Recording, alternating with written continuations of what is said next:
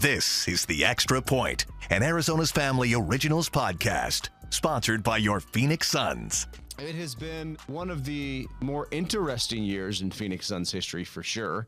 Not the year that a lot of fans had hoped for, and then your article kind of got the offseason going as we sit here and say, okay, what are the Suns going to do? So what has life been like for you since publishing the article with Shams Charania that the Suns and Frank Vogel had some issues towards the end of the season? Well, I guess I should start where all that started. Shams and I connected, and Shams is one of the great insiders in the NBA industry, in the sports industry. And we connected actually before the playoffs started about some things he had been hearing.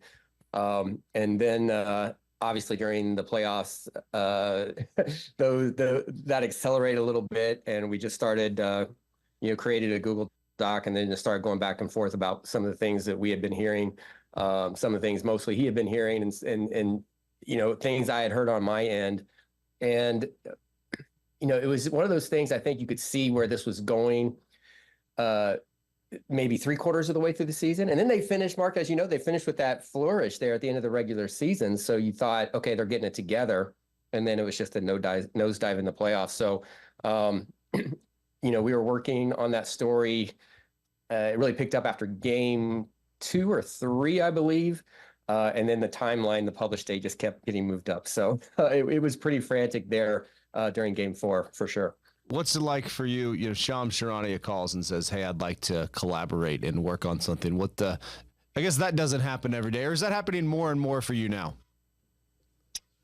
Obviously, with the Suns throughout, the last couple years, with everything that's happened with them, with the new owner, with Frank Vogel coming in, with the Bradley Beal trade, the Kevin Durant trade, there has been a lot of stuff going on. It's good because you hear, as you know, in this business, you hear a ton of things, and it's hard to know what to believe, what not to believe. I do know during my time working with Shams that his intel is really, really, really strong.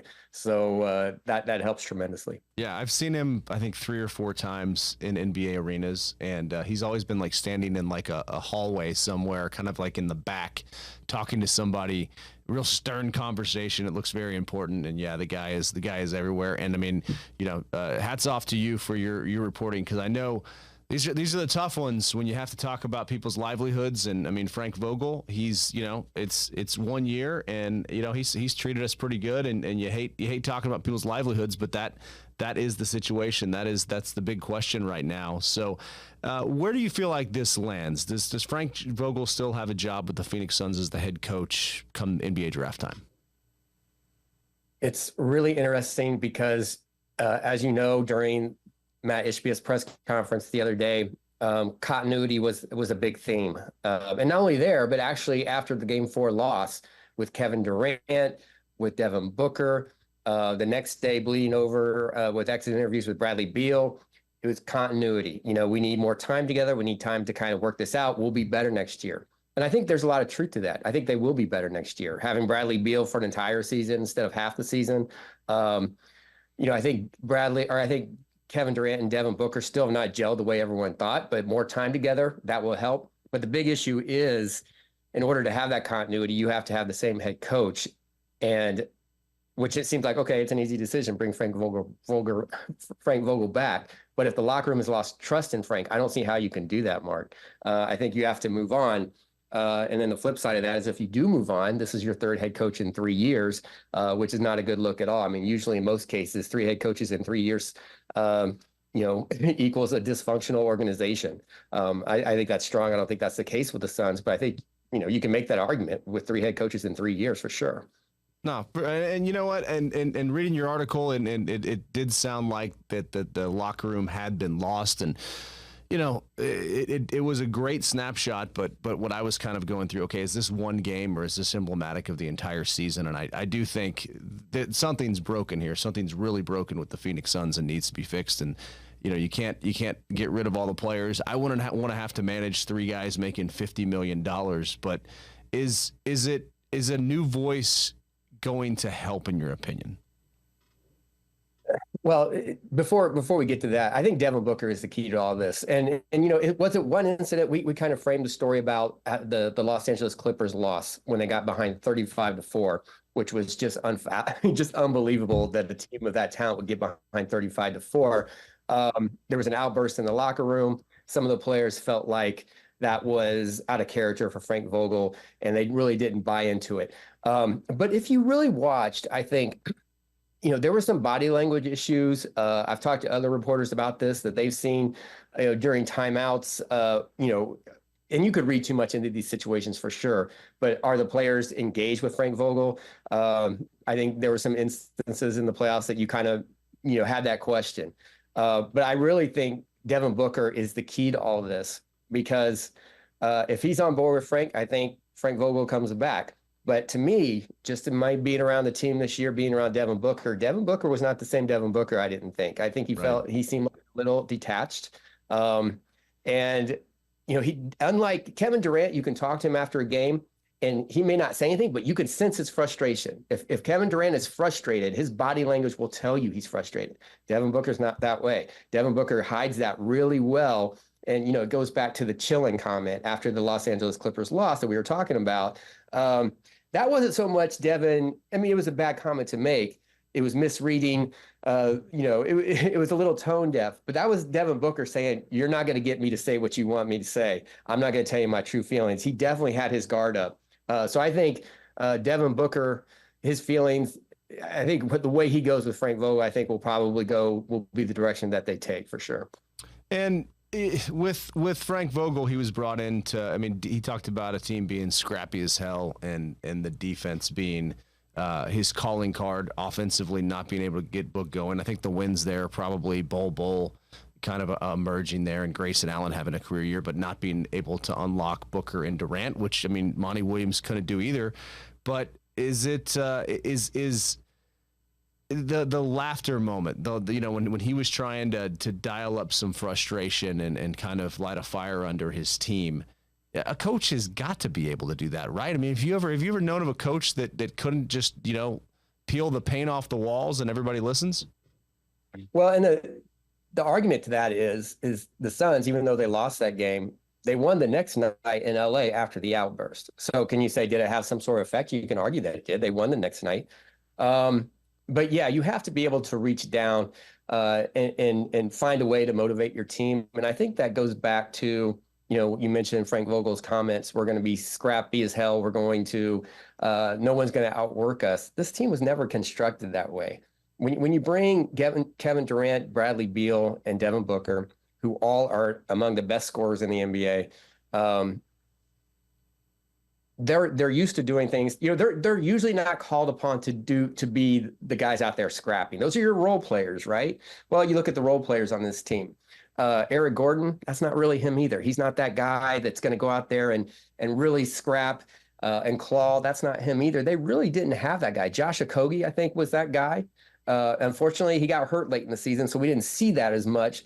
But they just kind of lack that scrappiness as a team. And I don't know if any coach can kind of bring that out of guys who are established as a Kevin Durant and Bradley Beal. And I'm not saying that's anything against them. That's just who they are as players. And I think Bradley Beal did a good job of, I know he's taking a lot of criticism right now, but he did change his game. I mean, he did become the point guard, playing out of position, and also becoming the guy who guarded the opponent's best perimeter player. So he did change. It's just the makeup, didn't really fit what Frank Vogel is known for. Yeah, and I do wonder how you reach a team like this. I mean, basically, you wonder about Bill Russell, the reason he was the player coach for the Celtics back in the day, but you have three guys making $50 million. And I mean, I put the blame squarely on them.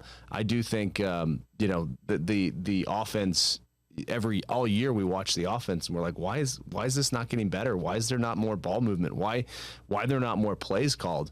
Is this an offensive issue in your opinion? Well, they definitely weren't as good offensively, I think, as everyone said. I mean, the quote that's getting passed around a lot now is Devin Booker saying, who are you going to guard? How are you going to defend us? If we can go back and forth on the point guard issue all day, and people have discussed it. I'm in the camp that they did need a point guard. I know Devin Booker can play the position. He's done it well. He's done it at a high level. Bradley Beal did it in Washington. He can do it, but it's not what they're best at. And by making them do that, it's taking them away from what they're great at. The turnovers, I think, were a direct result of that. Sometimes you have to make it easier on your top players and not make it harder for them. I'm not sure this team did that this year. I know, according to our reporting, Kevin Durant was not always happy with how he was used. I mean, and I know that might be hard to believe when he averaged 27 points a game, but there are different styles, different offensive styles there, whether it's being isolated, and drawing a double team, or moving the ball and keeping, Kevin in the corner, maybe more than he should have been. So I think that's definitely something that was a problem, something that if they are going to run it back, they're going to have to address. So do some of the folks you're talking to believe that a coaching change could fix everything here? I have not. Yeah, I have not gotten to that point yet. Because no one knows what their situation is. All we have reported is that maybe that the team at points this year kind of lost faith in what the message was, and maybe in Frank Vogel. So does a coach change things? A different voice? I think it's always probable that, yeah, that could happen. How long, will it last the whole season? Who's to say? I think mostly, though, it's going to fall on those players to figure it out. They need some pieces. Whether or not they can do that with their roster limitations and their flexibility with the salary cap remains to be seen. But I do think a new voice could be beneficial at times. Can it carry them to a higher level? I don't know. Yeah, I don't either. I don't know that this is going to work, and I don't know if there's any way to change it. And the whole blow it up, run it back. I mean, the comment that I am kind of hanging on was Matt Ishbia saying the house is not burning and we're going to be fine, and just how positive his outlook was. Do you have any feel for how that was received inside the locker room? Mark, I think not in the locker room, but Mark, I think Matt Ishbia, since he's taken over, has done a tremendous job. I've written before that he has made the Phoenix organizations, both the Suns and the Mercury, impossible to ignore, by bringing in the All-Star games, by adding a new facility, some of the moves that he's made. He's done a tremendous job. And I think no matter what happens, the fallout for this year, next year, going forward, even if bringing in Kevin Durant was a mistake, even if kind of forming the super team was a mistake, he's going to keep trying. He has proven that he is going to keep trying to get it right. And it might take 5 years, it might take 2 years, it might take 10, but he's going to keep trying. There's no doubt about that. However, I think his press conference on Monday was probably on Wednesday was he maybe lost a little bit of trust with the fan base because he was so over the top positive, saying that 26 of the 29 teams in the NBA would trade places with the Phoenix Suns. That's not that is not true. You could say that if you lost in the conference finals, maybe in the semifinals in a 7-game series. You cannot say that if you got swept in a first round that you really weren't competitive in. You can't say that because it's not true. You can't say that you're inches away from being where you want to be when you were swept, when you were outplayed the way you were. So I think he lost a little bit of. I think that was his first major misstep. I don't fault him for busting up the team that went to the finals in 2021 or firing Monty Williams. He was trying to make moves he felt were needed to win a championship. If I'm a fan of the Phoenix Suns, I applaud that, and I have faith that he's going to continue doing that. But he was a little strong by saying, I think he would have been better off saying, like, look, we fell short this year. We're going to address it. We're going to do everything we can to get it right. Stay with us. I think it would have been better just keeping it a little bit more simple than just as simple as that. Total unfair question here, but I've been having this discussion a lot. If you still had the team that went to the 2021 NBA Finals, how do you think they would have done in this year's playoffs?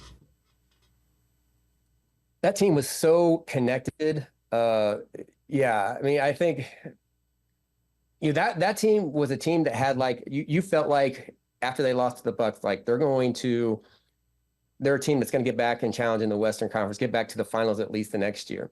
And it didn't work out. And I think people panicked a little bit. But that team had a solid core. It was a young base. It's hard to keep things together in the NBA these days. But to me, I felt like that team was going to challenge over the next 2, 3, 4 years the way it was set up. If you had kept Chris Paul, do you think you could have gotten back to at least the Western Conference semifinals again? That one, I've heard that one floated out. I think Chris, my goodness. I mean, what can you say about his career? Hall of Famer. People are talking about putting him in the Ring of Honor in Phoenix just for his first, for what he did during his short time here, because he was that important to what the Suns needed. He took them to the next level. But Chris, you couldn't trust him because of his age, because of his body breaking down. I just don't think he would have been. That would have been a smart move. And really, I mean, when people say Bradley Beal was a mistake, if you look at it, an aging Chris Paul for Bradley Beal, I mean, that I do agree with Matt Ishbia in that sense that almost every GM would have made that trade. It was the question I asked Matt Ishbia. I think I was sitting right next to you, and I might have gone right after you asking questions. I asked him if this was fixable. Do you feel like that this is fixable? we were that was right before you asked that right before my question. Your question was better than mine too, but by the way, we both got good answers. What I ask about accountability? I've got the log here. I was like, yeah, I'll look up the log while you're answering here, but it was good. Yeah, I don't. I mean, you would think with two of the top 10 players in the NBA, and Devin Booker and Kevin Durant, that's a hell of a starting point. So maybe. I don't know. I mean, it just did not gel, Mark. It just didn't come together like everyone thought it would. I would have to say that, if you could make some key moves and bring in a point guard and someone that can really just hound Luka Doncic and other the Western Conference's top perimeter players, maybe you could make a run. But I'm doubtful right now. All right, it was accountability and leadership on this year's team. So. Last Suns question here for you. Do you feel like that was what was missing here? Accountability and leadership on this team? Well, that was the flip side of the story that we wrote after their elimination losses. Everyone's focusing on the fact that the players lost confidence in Frank, but the team didn't have a leader. There wasn't. It's not really Kevin Durant's personality. And in fact, when asked about the team leader, he said that's Coach Vogel. Coach is a leader. You do need strong leadership in the locker room. Championship teams are player led. Booker has been that guy. I think he can be that guy, but Chris Paul was a guy who was the leader, and they lost when he left, they lost that. So maybe it was because people didn't want to step on other people's toes. Maybe it was because this whole team was pretty much thrown together before the season, but for whatever reason, that was definitely an important aspect that was lacking. I kind of attributed to what Alvin Gentry used to call brother-in-law offense. Like you're opening the door for your brother-in-law. Everybody's just trying to be too polite. And you saw Booker and Durant yell at each other a little bit late in the season, and I thought that's good. They need to yell at each other more. They need to have it out. They need to. And I heard James Jones's comment about the team that goes through the fire has that's how you build chemistry. I feel like there's a lot to that. I just don't know how we're going to get there, and I don't know who will be leading the team. Do you expect to be writing an article about a new coach before the NBA draft? I really do not know. I think what Matt Ishbia, and I know people have questioned that, but when he said that he had not had conversations yet on Wednesday, he had not had conversations with the players. I think that's what he's waiting for. I think he wants to talk to Kevin Durant. I think he wants to talk to Brad Beal. And I think he wants to talk to Devin Booker, especially say look, can this work under Frank Vogel? And keep in mind, as you know, Bradley Beal was asked just a day earlier on Tuesday, do you want Frank Vogel back? And he said great things about Frank Vogel, great things, but he never said yes. He never said, I want him back. So I think that's what he's waiting on. And if I would think that if we don't get if something doesn't break or surface over the weekend, then that's probably a sign Frank Vogel will be back. But to predict it, I just can't. I'm not sure what's going to happen. Right. Well, you've done a great job. You do great work, and it's just so much fun to see you spread your wings too. You did such a great job at ASU for so many years. Are you still over there at all, or what's kind of your daily responsibilities now at the Athletic? Yeah, I get pulled a lot of different directions. A lot of stuff with the Suns, obviously, the Cardinals. I kind of move toward wherever's the hot story right now. So I haven't done much with Arizona State lately because they're kind of going through a transitional period. I imagine with their athletic director search that will be picking up here soon, because I think a new AD there will have a lot of questions to ask, a lot of things to fix moving forward as they move to a new conference. But so yeah, to answer your question, I'll still be doing some Arizona State, especially once the season starts. I just haven't been doing as much lately. Well, it's always fun reading your stuff. We appreciate your time checking in and just kind of giving us a feel for where you're at. And we'll be waiting for those tweets. I got the alert set. Let us know where we can find you and where we can next find you on any multimedia. Yeah, I'm at on X, I guess. Just I'm not used to just at Doug Haller, Haller. The only other social media platform that I'm somewhat active on is Instagram, and that's the THE Doug Haller. And then of course you can find all my work at theathletic.com. Awesome. Well, hey, thanks for making time for us, and have a great weekend. Appreciate it, Mark. Thanks for having me. The Extra Point Podcast is a production of 3TV, CBS 5, and azfamily.com in Phoenix, Arizona.